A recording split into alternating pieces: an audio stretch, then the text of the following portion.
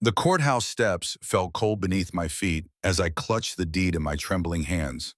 300 acres. 300 acres that had been sitting empty for 12 years, waiting for someone who never knew they existed. The lawyer, Thomas Clark, adjusted his glasses and looked at me with something between pity and curiosity. I was 18 years old, had aged out of the system just 3 weeks earlier, and apparently I was now a landowner. I stared at the name on the document, Kenneth Wright, my grandfather, a man whose existence had been hidden from me my entire life. The same last name I carried, the only connection I had to a family I never knew existed. My caseworker, Angela Davis, had been just as shocked when the letter arrived at the group home. She stood beside me now, her hand resting gently on my shoulder as Thomas explained the legal complexities of inheriting property I had never seen. The farm sat in a small town called Millbrook, about 4 hours north of the city where I had spent my childhood bouncing between foster homes and group facilities. Thomas handed me a set of keys, heavy and worn, attached to a simple metal ring. The weight of them felt impossible in my palm. These keys belonged to me now. A house, barns, fields, equipment, everything my grandfather had built during his 73 years of life. Before we see how this ends, tell us where you're watching from and hype this video in the comments. But let me take you back to the beginning, to the moment that changed everything. It was a Tuesday morning in March when Angela knocked on my door at the transitional housing facility. I had been living there for 3 weeks, trying to figure out what came next for someone with no family, no connections, and a high school diploma that felt worthless in my hands. The knock was different that morning, urgent but gentle, like she had news that would either save me or destroy me. She held an envelope in her hands, thick and official looking, with a law firm's return address embossed in gold lettering. My name was typed across the front in formal block letters. I had never received mail like this before. In 18 years of life, the most official correspondence I had gotten was notification of court dates and placement changes. Angela sat down across from me at the small table in my studio apartment. The place was barely furnished, just the basics provided by the state aging and out program. A bed, a dresser, a table with 2 chairs, and a refrigerator that hummed too loudly. The walls were bare except for a single poster I had bought at a thrift store, a landscape photograph of rolling hills and farmland that reminded me of dreams I never thought I could afford to have. She opened the envelope carefully, as if the contents might disappear if handled roughly. Inside was a letter from the law offices of Clark, Martin, and Associates, along with several other documents I could not immediately identify. Angela read silently first, her eyebrows rising with each paragraph. When she finished, she looked at me with an expression I had never seen before. It was not the careful professional sympathy I was used to from social workers and counselors. It was genuine amazement. Kenneth Wright had died 12 years ago, she explained. My grandfather had owned a 300-acre farm in Millbrook, complete with a farmhouse, 2 barns, equipment sheds, and fields that had been leased to neighboring farmers since his death. He had no other living relatives, and his will specifically stated that if any descendants were ever located, the property should pass to them immediately. The law firm had been searching for family members since his death, she continued. They had finally traced my existence through birth records and the foster care system. Kenneth Wright was my father's father, though my father had apparently left home at 16 and never returned. My father had died in a car accident when I was 2 years old, something I had always known, but I had never known he came from somewhere, that he had a father who owned land and built something lasting. I remember staring at the documents, trying to process what Angela was telling me. Property ownership was not something that happened to people like me. Foster kids aged out of the system and struggled to find apartments they could afford. They worked minimum wage jobs and tried to figure out how to navigate a world that had never really prepared them for independence. They did not inherit farms, but there it was, in legal language I barely understood. 300 acres of farmland, a house built in 1947, barns and outbuildings, farm equipment, and mineral rights. The property had been maintained through a trust fund Kenneth had established, with local farmers leasing the fields and a property management company handling basic upkeep. The trust had enough money remaining to cover property taxes for another 5 years. Angela helped me call the law office that afternoon. Thomas Clark, the senior partner, had a kind voice that carried the weight of someone who had delivered both good news and bad news for many decades. He explained that I would need to come to Millbrook to sign papers and officially take possession of the property. He also warned me that inheriting land came with responsibilities I might not be prepared for. Property taxes, insurance, maintenance costs, and decisions about what to do with 300 acres of farmland. The next morning, Angela drove me to Millbrook. The city gradually gave way to suburbs, then to rural highways lined with fields and farmhouses. I pressed my face to the passenger window, watching the landscape change from concrete and steel to rolling hills and open sky. I had never been this far from the city before. The foster homes and group facilities had all been urban, surrounded by the familiar chaos of traffic and sirens, and neighbors living too close together. Millbrook turned out to be the kind of small town I had only seen in movies. Main Street was lined with brick buildings that looked like they had been there for a century. There was a hardware store, a diner called Francis Place, a bank with white columns, and a few shops with hand-painted signs. The law office occupied the second floor of a building that also housed a barbershop and a small insurance agency. Thomas Clark was a tall man with silver hair and glasses that seemed to magnify his eyes. His office was filled with law books and photographs of what I assumed were local landmarks. He shook my hand with the firm grip of someone who had spent his career making handshakes matter. Then he spread the documents across his large wooden desk and began explaining my inheritance in detail. The farmhouse sat on a hill overlooking the main fields. It was a two-story white house with a wraparound porch and windows that faced south toward the valley. Kenneth had lived there alone for the last 15 years of his life, after my grandmother died. The house had 3 bedrooms, 2 bathrooms, a kitchen that had been updated in the 1980s, and a living room with a stone fireplace. It had been empty since his death, but the property management company had kept it clean and in good repair. The larger barn was built in the 1950s and could house equipment and hay storage. The smaller barn was older, probably original to the property, and had been used for livestock, though it sat empty now. There were also 2 equipment sheds, a workshop, and a small building that had once been a chicken coop. All of it was mine now, along with a John Deere tractor from the 1990s and various implements for field work. Thomas explained that the neighboring farmers, Jacob Martin and Paul Stewart, had been leasing most of the acreage for corn and soybeans. They paid rent annually and handled all the farming operations themselves. The lease agreements were solid and provided steady income, though not enough to live on comfortably without other work. I could continue the arrangements, modify them, or take over farming operations myself, though he strongly advised against the latter unless I had agricultural experience. After signing what felt like dozens of documents, Thomas handed me the keys. They were attached to a ring that also held what looked like house keys, barn keys, and several others I could not identify. The metal was warm from his palm, and suddenly the weight of ownership settled on my shoulders like a heavy coat I had never worn before. Angela and I drove to the property in silence. The farmhouse sat at the end of a gravel driveway lined with the oak trees that must have been planted decades ago. The house was smaller than I had imagined, but it looked solid and well-maintained. White paint, green shutters, and a front porch with 2 rocking chairs that faced the valley. Behind the house, the barns rose like monuments to work I did not understand. The front door key turned easily, and we stepped into a house that smelled like lemon oil and emptiness. The furniture was still there, covered with sheet that had protected it for 12 years. Thomas had mentioned that Kenneth's personal belongings had been donated to charity, but the furniture and household items had remained. I pulled the sheet off a couch in the living room and found myself looking at brown leather that had been worn smooth by decades of use. In the kitchen, I opened cabinets and found dishes, pots, and pans, everything someone would need to cook meals and live a normal life. The refrigerator was empty, but clean. The stove was older, but appeared functional. Through the kitchen window, I could see fields that stretched to the horizon, broken only by fence lines and the occasional cluster of trees. Upstairs, the bedrooms were simple and clean. The master bedroom had a double bed, a dresser, and a closet that still held a few items of clothing.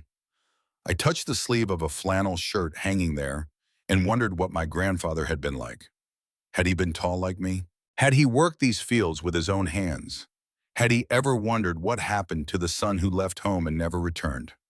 In the smallest bedroom, I found something that stopped me cold. A desk sat beneath the window, and on top of it was a stack of letters tied with a blue ribbon. The top envelope was addressed to Kenneth Wright, but the return address made my heart race. It was from the Department of Children and Family Services, dated 15 years ago.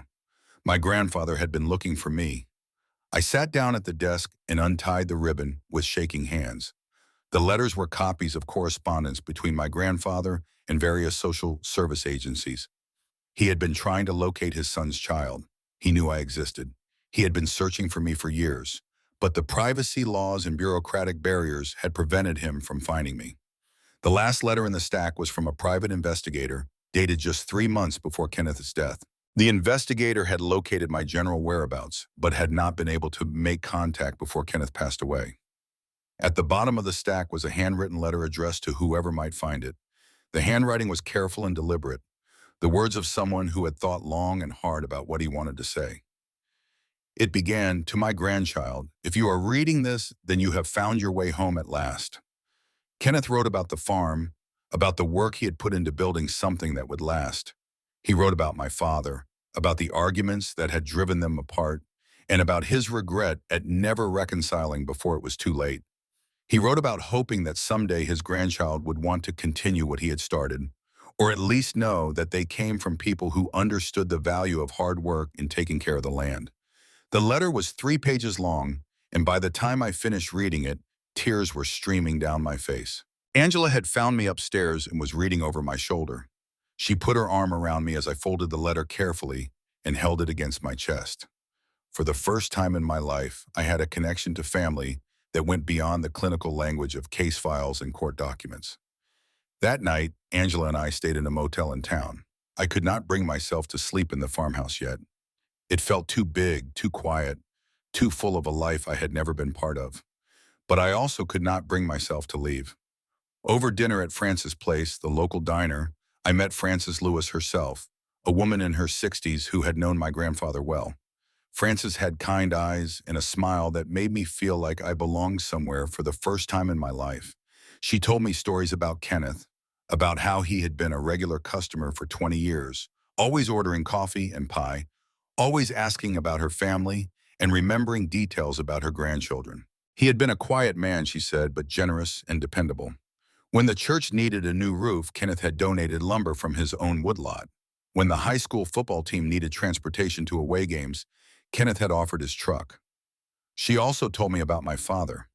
She remembered him as a teenager, rebellious and angry, always fighting with Kenneth about something. She had been working at the diner even then, and she remembered the day my father left town. Kenneth had come in for coffee that morning, and Frances could tell he had been crying. He never talked about what happened, but Frances knew it had broken his heart.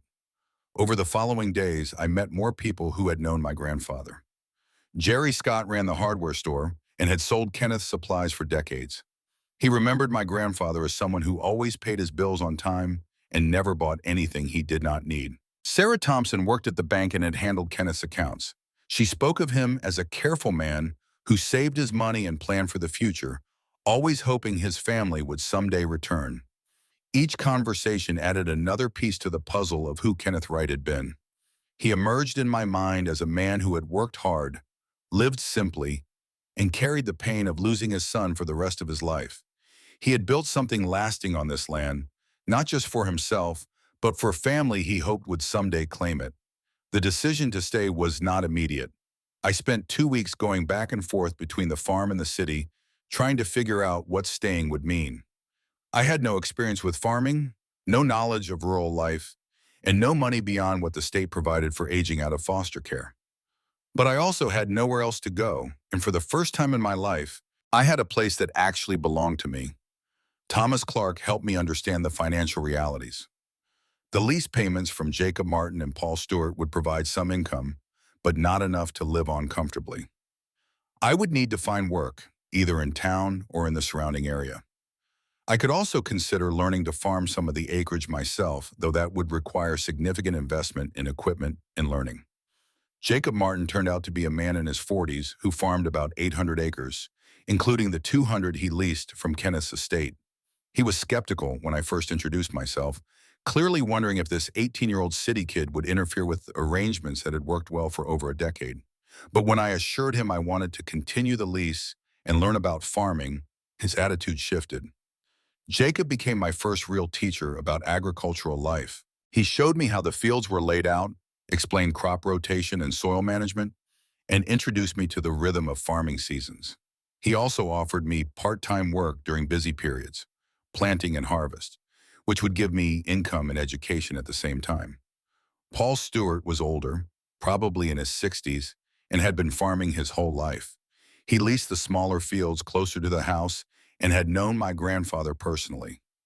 Paul had a gentler teaching style than Jacob, more patient with my endless questions about everything from soil types to equipment maintenance. He also had stories about Kenneth that helped me understand the man I had inherited from. The first summer was the hardest period of my life, but also the most rewarding. I moved into the farmhouse in May, sleeping in the smallest bedroom where I had found my grandfather's letters. I kept those letters on the desk where I had found them, reading them whenever I felt overwhelmed by the enormity of what I had taken on. Learning to live alone in a house that size was an adjustment after years of shared rooms and constant supervision. The silence was profound, especially at night when the only sounds were wind through the oak trees and the distant calls of owls. But it was a peaceful silence, not the tense quiet of institutions where you never knew what might happen next. I worked for Jacob during the day, learning to operate equipment and understand the complex decisions that went into successful farming. In the evenings, I explored the property, discovering corners and features I had not noticed before. There was a small pond behind the larger barn, stocked with bass and bluegill. There was a woodlot on the north side of the property where Kenneth had harvested timber for lumber and firewood. There was even a small orchard, overgrown but still producing apples and pears. The workshop behind the house became my favorite place. Kenneth had been a careful craftsman, and his tools were organized and well-maintained. I found projects he had been working on, including a rocking chair that was nearly finished and a set of kitchen cabinets that needed only sanding and staining. Working with my hands in that space, I felt connected to my grandfather in a way that went beyond the legal documents and property deeds. By August, I had saved enough money from working for Jacob to buy paint and supplies to refresh the house. I chose colors I thought Kenneth would have approved of, keeping the white exterior but updating the green shutters to a deeper forest green. Inside, I painted the kitchen a warm yellow and the living room a soft blue gray. Each room I finished felt more like home and less like a place I was borrowing. The first winter was a test I had not anticipated. Heating a farmhouse built in 1947 was expensive, and I learned to close off rooms I was not using and rely heavily on the wood-burning stove in the living room. Kenneth's woodlot provided fuel, but I had to learn to split and stack wood, another skill that connected me to the practical knowledge my grandfather had accumulated over decades. During the long winter evenings, I read everything I could find about farming and land management. The local library had books on agriculture, and Francis Lewis introduced me to other farmers in the area who were willing to share their knowledge. I also spent hours going through boxes I found in the basement, filled with Kenneth's records and photographs that documented decades of life on the farm. The photographs were a revelation. I saw Kenneth as a young man, probably not much older than I was now, standing beside the farmhouse when it was newly built. I saw him with my grandmother, a small woman with a warm smile who had died before I was born. I saw my father as a child, playing in the yard and helping with farm chores, before whatever happened to drive him away from this place. One photograph stopped me cold. It showed my father at about 16, standing beside the same John Deere tractor I had been learning to operate. He looked exactly like me, the same height and build, the same dark hair and serious expression. For the first time, I could see myself as part of a family line that went back generations on this land. Spring brought new challenges and new opportunities. Jacob offered me more regular work, and Paul Stewart suggested I might want to try farming a small section of land myself, maybe 10 or 15 acres to start. The idea terrified and excited me in equal measure. I had never been responsible for growing anything, but the thought of producing something from the soil my grandfather had worked felt like completing a circle. I decided to try farming 20 acres of the best field, close to the house where I could monitor the crop easily. Jacob helped me choose corn as a first crop, something relatively straightforward that would teach me the basics without requiring too much specialized knowledge. Paul Stewart helped me prepare the soil and plan the planting. The investment required most of my savings, but Thomas Clark had found a small agricultural loan program for beginning farmers that covered seed, fertilizer, and equipment rental. The paperwork was daunting, but having a law firm that understood my situation made the process manageable. Planting my first crop was one of the most satisfying experiences of my life. Following the tractor across the field, watching the planter drop seeds in perfect rows, I felt connected to something larger than myself. This was work that mattered, work that would feed people, work that my grandfather had done on this same soil for decades. The corn grew well that summer, and by harvest time I had produced a respectable yield for a first-time farmer. The check from the grain elevator was modest, but it represented something I had never experienced before. Income from work that was entirely my own. I was not working for someone else's dream or following someone else's plan. I was building something on land that belonged to me. That fall, I met Sharon Wright at a community event in town. She was not related to me, despite sharing my last name, but she was a teacher at the local elementary school and had heard about the young man who had inherited the Wright farm. Sharon was 25, had grown up in a town 50 miles away, and had moved to Millbrook to teach. She was curious about my story and impressed by what I had accomplished in less than 2 years. Sharon became a friend first, then something more. She understood the challenges of starting over in a new place, and she appreciated the work I was putting into honoring my grandfather's legacy. She also brought perspectives I had never considered, having grown up in a stable family with parents who supported her education and career choices. Through Sharon, I met other young people in the area and began to feel like part of a community rather than just someone who happened to own land there. We attended church together, went to high school football games, and participated in community events. For the first time in my life, I had a social circle that felt natural and sustainable. The second winter was easier than the first. I had learned to manage the heating system more efficiently, and I had built relationships that made the isolation less profound. Sharon often stayed at the farm on weekends, and her presence made the house feel alive in ways I had not experienced before. We cooked meals together in Kenneth's kitchen, watched movies in front of the wood-burning stove, and made plans for improvements to the property. By my 20th birthday, I had expanded my farming operation to 50 acres and was considering buying additional equipment rather than renting. The farm was not making me wealthy, but it was providing a decent living combined with part-time work for Jacob during busy seasons. More importantly, it was giving me something I had never had before, a sense of purpose and belonging that went beyond basic survival. I also began to understand what Kenneth had been trying to preserve. The farm was not just land and buildings and equipment. It was a way of life that valued hard work, self-sufficiency, and connection to the natural world. It was a place where you knew your neighbors and they knew you, where your reputation was built on reliability and integrity rather than credentials or connections.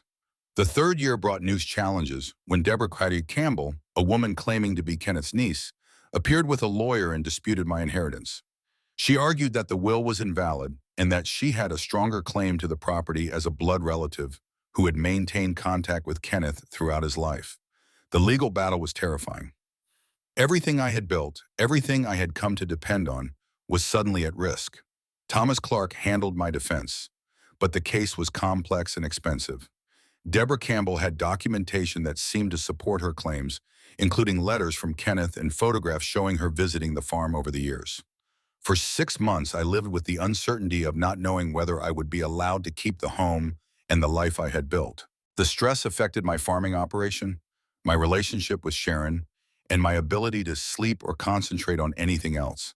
I had never realized how much the farm meant to me until I faced the possibility of losing it. The breakthrough came when Thomas Clark's investigation revealed that Deborah Campbell had been receiving money from Kenneth for years, supposedly to care for her elderly mother, who was Kenneth's sister. But Kenneth's sister had died 5 years before Kenneth himself, and Deborah had continued to cash the checks without informing Kenneth of his sister's death. The fraud invalidated her claims and strengthened my legal position significantly.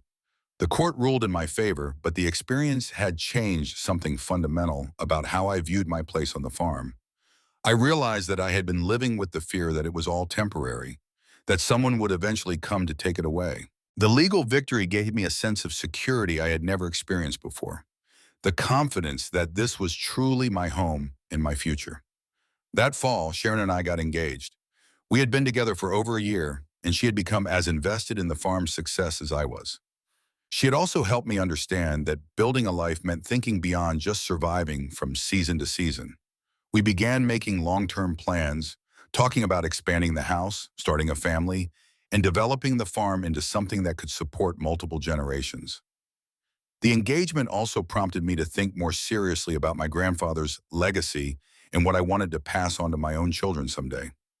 I began keeping detailed records of everything I learned about farming, land management, and rural life. I also started a journal, documenting the challenges and successes of building a life on land that had been given to me by someone I never met, but who had shaped my destiny. By my 21st birthday, I was farming over 100 acres and had purchased my own equipment. The operation was profitable enough to support Sharon and me comfortably, and we had plans to expand further. I had also become active in local agricultural organizations and was serving on the board of the County Soil and Water Conservation District. The transformation from foster care to farm ownership had taken 3 years, but it felt like a lifetime. I was no longer the scared 18-year-old who had stood on courthouse steps wondering what to do with an inheritance I did not understand. I had become someone who understood the value of hard work, who had roots in a community, and who had something meaningful to pass on to the next generation. The wedding took place in the fall of my 22nd year, in the yard behind the farmhouse with the valley spreading out below us. Francis Lewis catered the reception, and half the town attended. Jacob Martin served as my best man, having become the closest thing to a father figure I had ever known. Paul Stewart walked Sharon down the aisle since her own father had passed away 2 years earlier. Standing on the porch where Kenneth had spent his evenings, surrounded by people who had become my family through choice rather than blood, I felt the weight of belonging in ways I had never imagined possible. This was not just a wedding, it was a celebration of community and continuity, of taking something that had been broken and making it whole again. Sharon moved into the farmhouse permanently after the wedding, and her presence completed the transformation of the house from a museum of Kenneth's life into a home for our future. We updated the kitchen, converted the smallest bedroom into an office, and began planning an addition that would give us more space for the family we hoped to start. The fourth year of farming brought the best crop yields I had achieved, and the financial success allowed us to invest in improvements that would benefit the operation for decades. We installed a new grain storage system, upgraded the irrigation equipment, and purchased additional land from a neighboring farmer who was retiring. More importantly, we had established ourselves as permanent members of the community. I was elected to the school board, Sharon was teaching third grade and coaching the elementary school basketball team, and we were both active in the church and various community organizations. The farm had become a gathering place for friends and neighbors, continuing a tradition Kenneth had established decades earlier. That winter, Sharon became pregnant with our first child. The news filled me with joy and terror in equal measure. I had never had a father who taught me how to be a parent, but I had learned from Kenneth's example, transmitted through the stories of people who had known him and through the careful way he had maintained the farm for future generations. I spent hours in Kenneth's workshop that winter, building a crib and changing table, using tools that had shaped wood for decades before I was born. Working with my hands in that space, I felt connected to a tradition of craftsmanship and care that went beyond the legal documents that had made me Kenneth's heir. The baby was born in early summer, a son we named Kenneth Wright after the grandfather he would never meet, but whose legacy would shape his life. Holding my son in the house where his great-grandfather had lived, looking out over fields that would someday be his responsibility, I understood finally what Kenneth had been trying to preserve. It was not just land or buildings or equipment. It was the opportunity for family to continue, for children to grow up with roots and stability, for work that mattered and community that lasted. Kenneth had given me more than property. He had given me the chance to build something that would outlast my own life. 5 years after that first day on the courthouse steps, I stood in the same spot where I had received the keys to my inheritance. But this time, I was there as a witness for another young person aging out of the foster care system.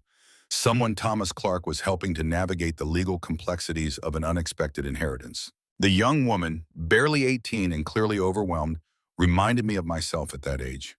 She had the same mixture of hope and fear, the same inability to believe that something good was actually happening to her. I introduced myself and offered to help her understand what she was facing, just as so many people had helped me. Driving home that evening, I reflected on how much had changed. The scared teenager who had inherited a farm he did not understand had become a successful farmer, a husband, a father, and a respected member of his community. The transformation had not been easy or quick, but it had been complete. Sharon was waiting on the front porch when I arrived, holding our 6-month-old son and watching the sunset over the valley. The scene was so perfect, so much like something Kenneth might have enjoyed during his own evenings on that porch, that I had to stop and appreciate the continuity of it all. That night, after Sharon and the baby were asleep, I sat at Kenneth's desk and wrote a letter to my son. I wanted to document the story of how we had come to live on this land, how an 18-year-old foster kid had inherited a farm from a grandfather he never met, and how that inheritance had become the foundation for everything that mattered in our lives. I wrote about Kenneth's search for his lost family, about the legal documents that had brought me to Millbrook, about the challenges of learning to farm and the rewards of building something lasting. I wrote about the people who had helped me, the community that had accepted me, and the sense of belonging that had grown from taking responsibility for land that connected me to previous generations. Most importantly, I wrote about the lesson Kenneth had taught me without ever meeting me. That family is not just about blood relations, but about the commitment to build something that will outlast your own life. The farm was not just my inheritance. It was my responsibility to the future, to children and grandchildren who would someday stand in these fields and carry on what Kenneth had started.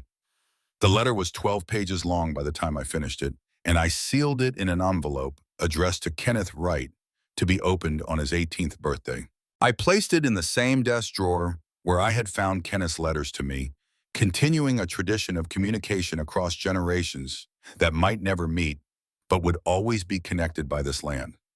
7 years after inheriting the farm, I had expanded the operation to over 300 acres and had become one of the more successful young farmers in the county.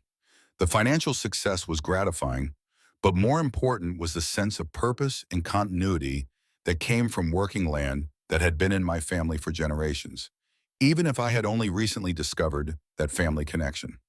Sharon and I had 2 children now, Kenneth and a daughter we named Frances after Frances Lewis, who had become like a grandmother to our family. The farmhouse had been expanded and updated, but we had preserved the character and features that connected it to Kenneth's era. The front porch still had the same view of the valley, and the workshop still contained the tools Kenneth had used to build and repair everything on the farm. I had also become involved in programs that helped other young people transition out of foster care, particularly those who might benefit from agricultural opportunities. Working with Thomas Clark in the County Social Services Department, we had developed internship programs that gave foster kids experience with farming while providing them with stable housing and mentorship. 3 young people had lived and worked on the farm over the past 2 years, learning skills that prepared them for careers in agriculture while experiencing the stability and community support that had been so crucial to my own success. Watching them discover their own capabilities and potential reminded me constantly of how fortunate I had been to receive Kenneth's inheritance at exactly the moment when I needed it most. The program had also connected me with other farmers who were willing to provide similar opportunities, creating a network of agricultural mentorship that was helping dozens of young people build stable, productive lives. It was a way of paying forward the generosity Kenneth had shown me, extending his legacy beyond our own family to benefit others who needed the same kind of second chance. On quiet evenings, when the children were asleep and Sharon was grading papers at the kitchen table, I often walked through the fields and thought about the journey that had brought me to this place. The scared 18-year-old who had inherited a farm he did not understand seemed like a different person now, someone I remembered fondly but could barely recognize. The transformation had required more than just learning to farm or managing property. It had required learning to trust that good things could be permanent, that hard work would be rewarded, and that belonging to a community was both a privilege and a responsibility. These were lessons I had never learned in foster care, lessons that could only be taught through experience and example. Kenneth had provided the example through the careful way he had maintained the farm and the thoughtful provisions he had made for its future. The community had provided the support and acceptance that made it possible for an outsider to become an insider, and the land itself had provided the foundation for building something that would last. Standing in the field where I had planted my first crop, now expanded and improved through years of careful management, I could see the lights of the farmhouse where my family was settling in for the evening. The sight filled me with a contentment I had never imagined possible during those uncertain years in foster care. This was what Kenneth had been trying to preserve, I realized. Not just the land or the buildings, but the opportunity for family to continue, for children to grow up with stability and purpose, for work that connected people to something larger than themselves. He had succeeded beyond anything he could have imagined. Today, 10 years after receiving those keys on the courthouse steps, I stand in the same fields Kenneth worked for over 50 years.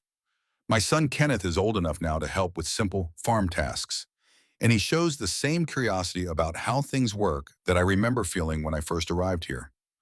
My daughter Frances has her great-grandfather's careful attention to detail and her mother's love of learning.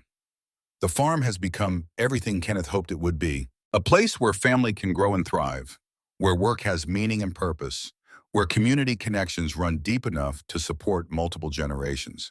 But more than that, it has become a symbol of what is possible when someone believes in the potential of young people who have been written off by society.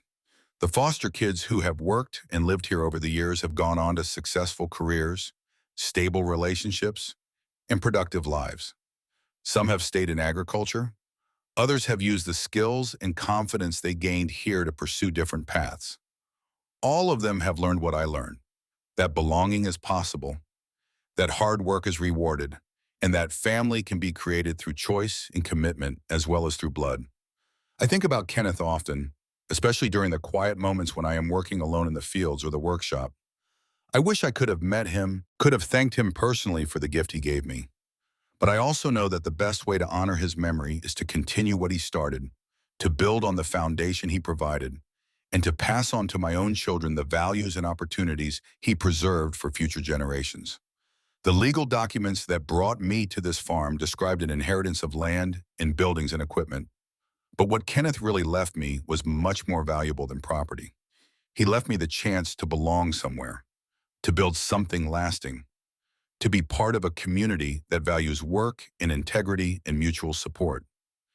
That inheritance has shaped every aspect of my adult life, from my marriage to Sharon, to my career as a farmer, to my involvement in programs that help other young people find their own paths to stability and success.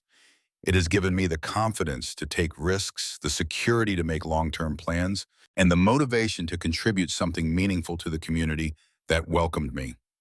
As I write this, I can see my children playing in the yard where their great-grandfather once played as a child, where my father played before the conflicts that drove him away from this place. The cycle has been completed, the family connection restored, the legacy continued into another generation.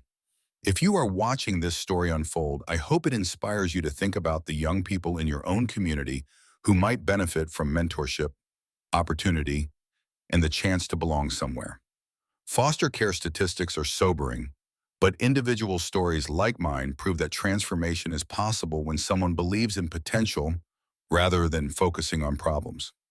I also hope it reminds you that family is not limited to blood relations, that community can be chosen as well as inherited, and that the most valuable gifts are often the opportunities to build something meaningful with our own hands and efforts. So tell me, where are you watching from, and what does home mean to you? Have you ever received an unexpected gift that changed the direction of your life? Share your stories in the comments. Subscribe if this resonated with you. And remember that sometimes the most important inheritance is not money or property, but the chance to discover who you were meant to become.